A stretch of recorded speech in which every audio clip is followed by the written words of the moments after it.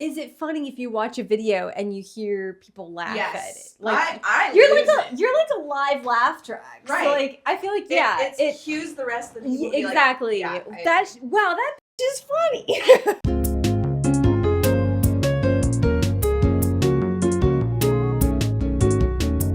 Okay, so we're here for Twilight drunk retelling. Okay, I don't know how many shots am I in deep? 4? 5 halvesies, so 5 halvesies, so 2.5. 2. That's good math, yeah. Yeah. Plus a drink. I have a drink. Here's my drink. Okay, so I'm gonna try my best to retell Twilight from memory with no notes. And basically, I want to talk about silly things that happen in the movie because I love this movie and I quote it all the time. And I feel like people need to appreciate the smaller moments in the movie. So starting off, we have Bella. She's from Arizona, which is crazy because so am I. And she's leaving because her mom got remarried to some guy named Phil. It's complicated. I'm sure I can keep up. Feels really nice. Who's Phil? And his one line in the movie is, guys, come on. I love you both. We got a plane to catch. Guys, come on. I love you both. We got a plane to catch. And so anyway, she moves to Forks, Washington, which we later find out is the wettest place. What is it? The wettest place on planet Earth. Because Bo's about to find out. So she meets up with her dad, who's like the police chief of this town of like 1,000 people. And he's like, hey, your hair's so long. And she's like, I cut it actually. And he says, guess it grew out again. Guess it grew out again. And they get to the house and she says, best part about Charlie, he doesn't have her. And he lets her like unpack her shit in the house that they're in, and there's one bathroom, and we're staying in it right now. There's 2 bathrooms, actually. There is actually 2 bathrooms. That's a fucking lie. That's what I'm saying. If they film like one more second of the house, they would know that there's a half bath downstairs. Let me see the floor plans. So Charlie has a homecoming gift for Bella, which is the iconic red truck that she drives. And when she gets it, she says, this is perfect. This is perfect. Then she hits Jacob with the car door and it's really funny. So she goes to school the next day and she parks in a parking spot, which is ironically like the closest parking spot to the stairs, which I don't think would be possible for someone that's like doesn't have a parking permit for like that school. Cause I don't know about you, but my school had parking permits and those costed money. So like, I don't know how she's parking in the closest parking spot to the stairs, but she's there and then she gets out and this guy like makes fun of her car. And I want to say, I was asking everybody while we were watching the movie earlier and I was like, what is this guy's name? They never say his name, but it's Tyler in the movie book. His name's Tyler. And as soon as she gets out of the car, he's like, nice ride. And then the girl next to him's like, nice one. As if that's like a really good insult to say to somebody, which I think is not a very good insult to say to somebody. Good one. As if that's a good insult.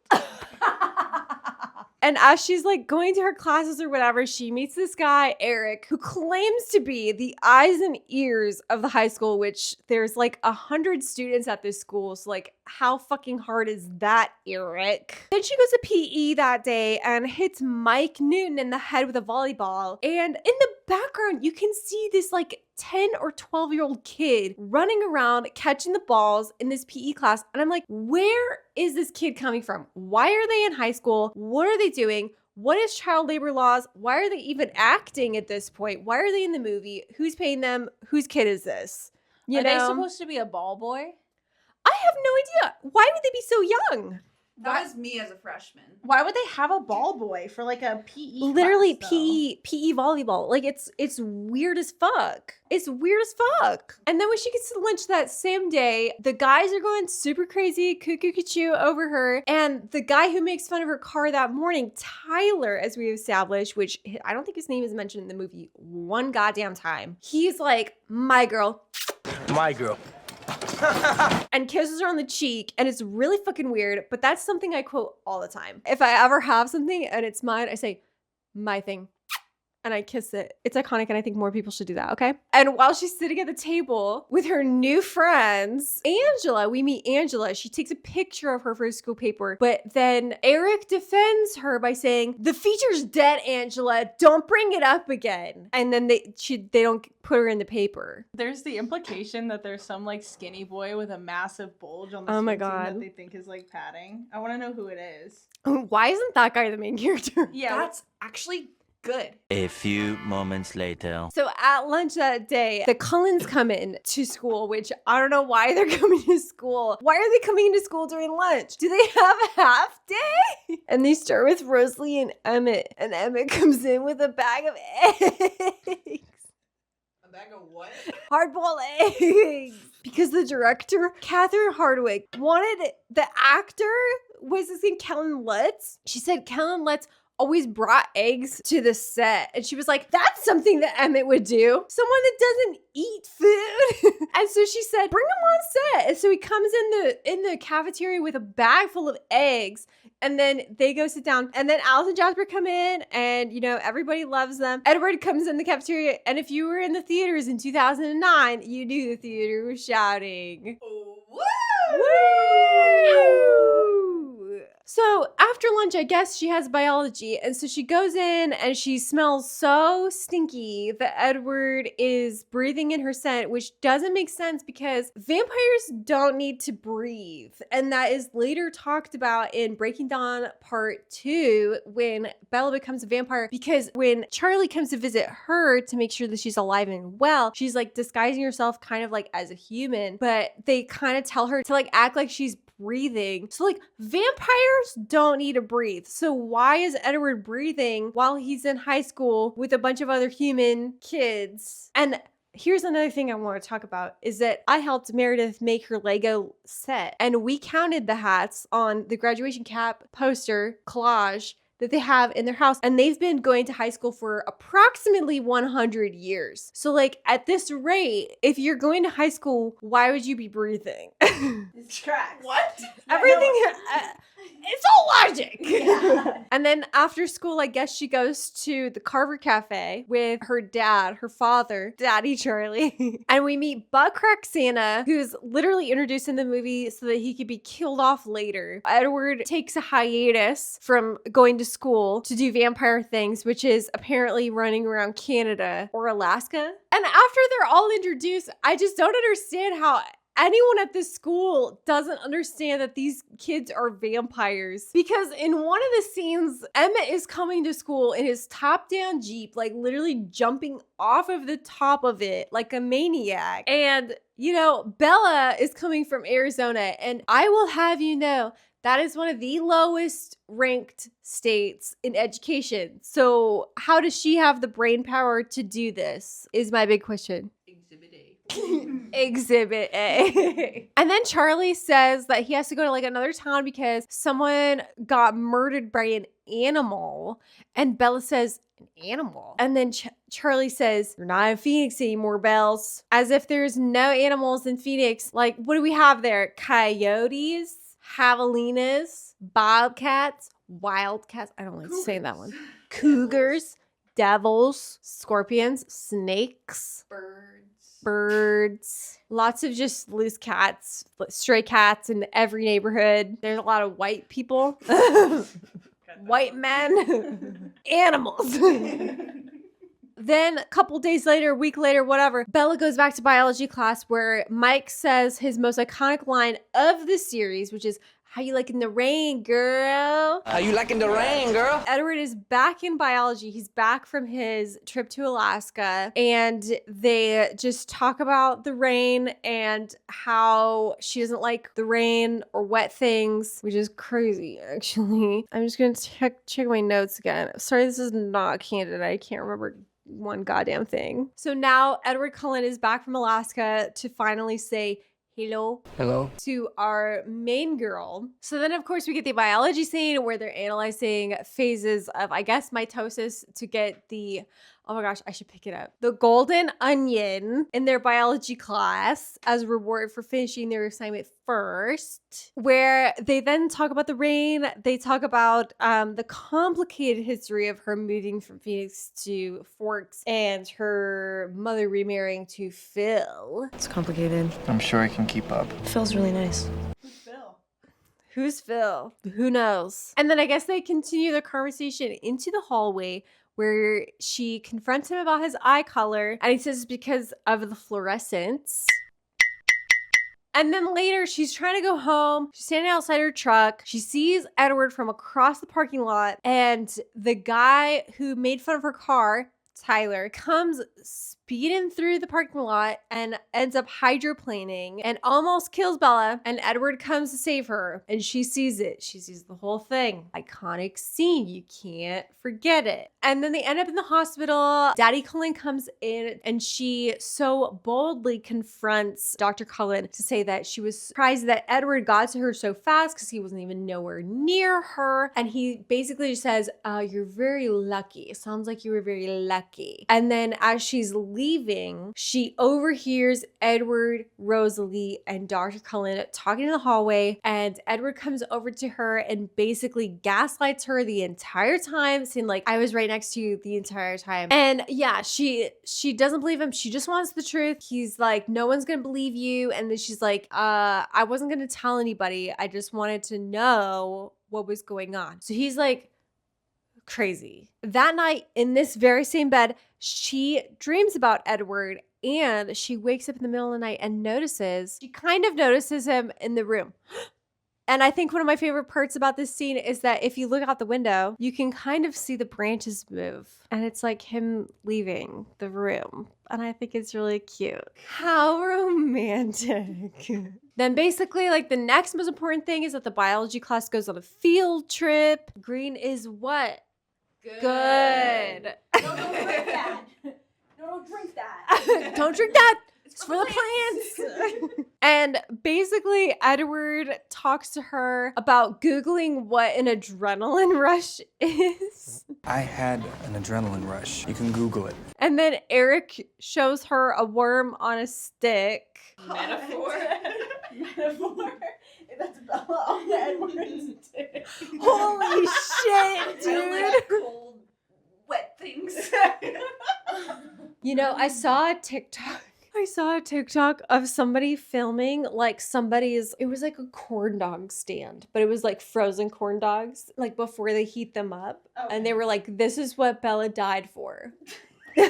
Yeah, and then basically they kind of like get into an argument and he doesn't want to sit with her on the bus, so he bangs on the door to the bus. I feel like any bus driver I knew probably wouldn't open the door after you bang on the door. And he says their bus is full and no one's on the bus yet. He says the bus is full and no one's on the bus yet. How does he know? Was he reading people's minds? So then later at lunch, one of the days at school at lunch, Edward like tosses his hot food. What did you guys call it at school? Hot meals? Hot lunch. Hot lunch. Hot lunch. Mm-hmm. Yeah. That's bringing me back. So one of the days at school, Edward's like tossing his hot lunch onto the plate. Like, why are they even playing with food? I don't know. Whatever. And then Bella's at like the salad buffet that I guess they have at the school, which like I've never heard of a salad buffet at a high school. But again, that's Arizona schools. And he says, edible art. And then we get the cover of the Twilight book. Edward says,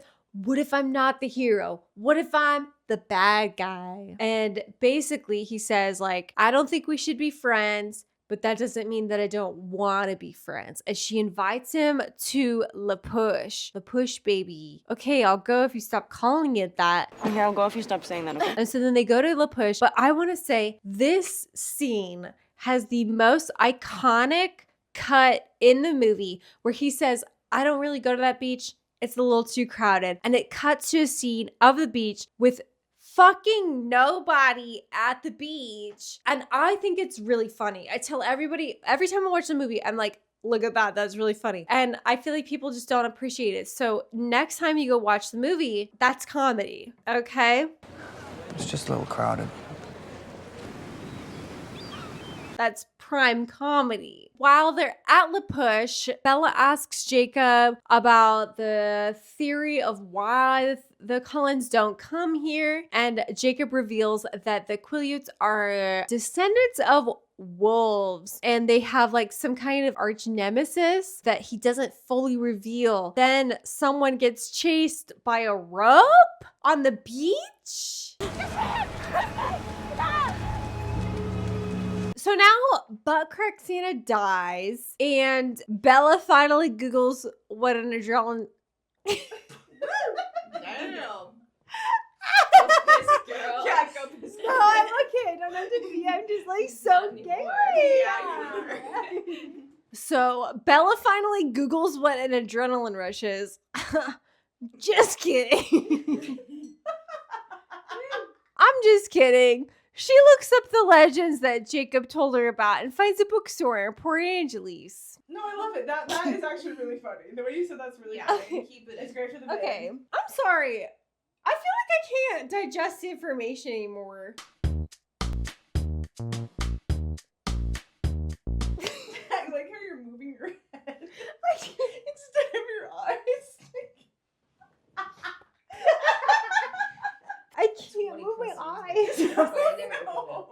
I'm just gonna keep the iPad out for this.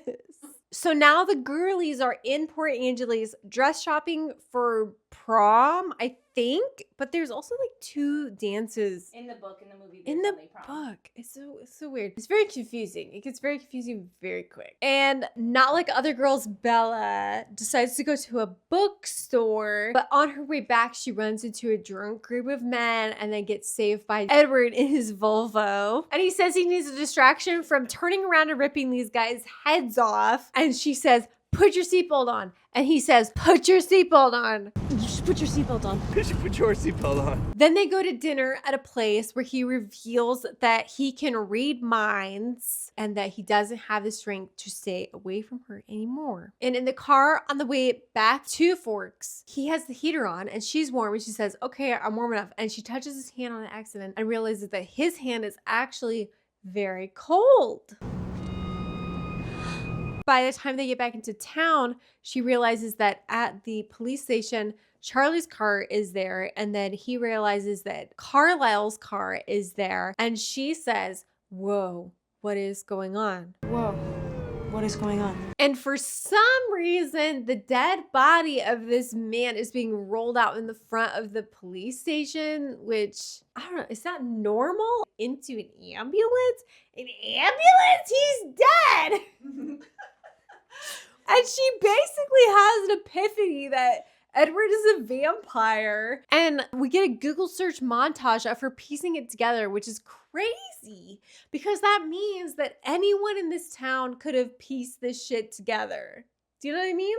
Yes. Yes, thank you. And the next day, apparently, she confronts Edward by leading him into the forest. And I guess it's after school, but like, I can't believe that no one else was just like, whoa, she's going into the forest with that weirdo Edward. But they go to the forest and we have the iconic, how old are you? How long have you been 17? Say it out loud. Vampire scene. And he asks, but what do we eat? And it's just so weird that his first reaction to all of this is that he wants to show her what he looks like in the sunlight. And he tells her that this is the skin of a killer Bella, which is also tit soak. For the Twihards. For the Twihards. And in this scene, he confesses that he has previously killed people, which is crazy to me because in Breaking Dawn Part 1, he like tells her before they get married that he has a confession to make, that he's killed people, and he like has a flashback to like the 1920s. And it's like, bitch, she already knows. Like she's so down bad for you that it doesn't matter. Where's the continuity in this story? Anyway, we get the iconic lines of like, as if you could outrun me, as if you could fight me off. Your scent is like a drug to me. It's like my personal brand of heroin. How do you feel about him squatting in the tree? I love a guy that squats. Then we have the iconic line straight from the book where she says, about 3 things I was positive. First, Edward was a vampire. Second, there was a part of him that thirsted for my blood, and I don't know how dominant that part may be. Third, I was unconditionally and irrevocably in love with him. And then the next day, he drives her to school and they arrive as a hot new item. He cannot stop smiling, even though he has sunglasses on and he thinks he's going to hell. It's literally how we felt walking into this house. Literally how we felt walking into this house when bitches were out front taking pictures. And then, oh God, I'm going to be so gay. Okay. Edward takes Bella to his house to meet his family, and they decide to cook Italiano for Bella because they assume that she's Italian based on her name, Isabella. And she says, oh yeah, I'm hungry. And he says, no, she fucking ate already. She's human. And Rosalie, oh my God. Okay, first of all, she's wearing gloves. So like, it's a little bit of a spoiler alert. She's gonna fucking break glass in her hands. Yeah, she's wearing gloves while she's carrying a salad bowl though. And she smashes it. And then she's wearing heels. And then she like steps in the glass. Okay. It's a little hot and bothered.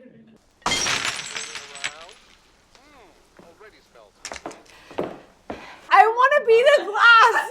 Please let me be the glass of the fucking salad bowl. Then they go to Edward's room and she realizes that vampires never sleep. And she asks, what are you listening to? She presses the play on his record player. CD. It's a VCR. Wait, what the fuck is it called? CD. Cassette tape. Right, she has a cassette. Is it a CD I think of Debussy? I think it's records because he has a bunch of Records. She presses play on his record system and finds out that he's listening to Debussy. And then he tells her to hold on tight, Spider Monkey, and runs out the room. And then one night, Edward appears in her room. She asks him if he does this regularly, and he says, only for the past couple of months. That's fucking crazy. Then he says, I want to try one thing. And he kisses her. This is 2009 MTV VMA Best Kiss Award. Kristen Stewart literally whispers, fuck, in this scene. And honestly, when we were watching it at the house, a couple of us got teared up. That's not wrong.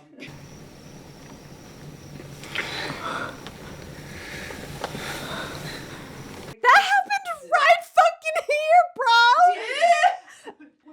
And you know what? Whoever's saying that these two guys, whoever's saying that these two people don't have a substantial relationship, this is the second montage of them just chatting, okay? I would like to point that out. The next scene or day or whatever, Edward says that he's gonna pick Bella up to go play baseball with his family, and he's meeting Charlie for the first time, and I just think this is crazy that Charlie doesn't say, hey, there's a thunderstorm on the way. That's kind of shitty weather to play baseball in. But no, I guess he doesn't check the weather, he doesn't watch the news, whatever it is. He lets Bella go and they play baseball. And Rosalie is being so cunty while they play baseball, and I love it. Again, there's something about Rosalie, this movie. I'm sorry, I can't talk about it for too long. There's also a point where Edward and Emmett hit each other in the air, but then when they come down to the ground, Edward, his character, I think it's just Robert Pattinson being Robert Pattinson, he literally flips off Emmett in the movie. So there's a lot of things that they didn't cut out from the actors just being themselves with the other characters. Catherine, you're crazy for that one. And then I personally feel like the movie gets a little shitty from here on, okay? The hunt starts, they meet the other vampires that were killing the other people the whole movie, which is James, Victoria, and Laurent. They want to play baseball, and then Bella tries to leave. The wind blows yet again. Her stinky ass gets to James' nose, and he says, you brought a snack. And they all start hissing at each other. Honestly, the rest of the movie is super boring to me. I fucking hate the rest of the movie, but I'm gonna sum it up quickly because also my phone is running out of storage, okay? Bella pretends to break up with Edward so she can lie to Charlie and make him feel really bad about running away the same night so she can save Charlie from the vampire, which is James, from attacking him. And basically she runs back to Arizona with Alice and Jasper while the other vampires try to lure James away from her and Charlie, okay? Are you with me? Yes. But James follows them to Phoenix. He figures it out. He follows them to Phoenix and gets Bella to separate from Jasper and Alice and goes to the ballet studio where he pretends to have her mom captive. She falls for it and then she gets thrown. Edward comes to save her. She gets bit. They end up tearing apart and burning the pieces of James. They kill him. He's goner. But then Edward sucks the venom out of Bella. Almost can't stop. And for some reason, he's the one singing the song during this scene. And I just gotta say, I am so proud of him for sticking to acting. Oh my god. And basically, it's like the whole scene is so fucking boring. He sucks the venom out of her, and then she wakes up in the hospital and kind of has like a monologue part where she says, "Dying is easy. Living is harder." Death is peaceful, easy. Life is harder. Hamilton stole directly from Twilight. I just want to know, Lin-Manuel, I'm on to you. He's a twihard. In the hospital, her mom is like so easily convinced that she flew down a flight of stairs out a window. Like, what the fuck, bitch? What kind of mother are you? She's in danger with this new boyfriend, and you're just gonna let her stay with him? Like, you're not gonna keep your eyes on him? I would be so suspicious if I was her mom. She's too down bad for this baseball. He's a minor league baseball player, isn't he? Phil? Yes. Who? It's complicated. I'm sure I can keep up. And then, like, in the hospital, she freaks the fuck out about not living in Forks and having her mom trying to convince her to live in Jacksonville with her. But she stays in Forks, and then she goes to prom with Edward, and she's like, "You should bite me right now." And he's like, "Okay, I'll do it." But then he does it. He just kisses her neck because he doesn't want to turn her into a vampire and damn her into eternal hell or whatever the fuck like Mormons believe in. Okay. And that's basically the movie. Like, I don't know why Victoria is also there, but she's there. And I guess it kind of like sets up the next movie or something, but that's basically the movie. Thank you. The end.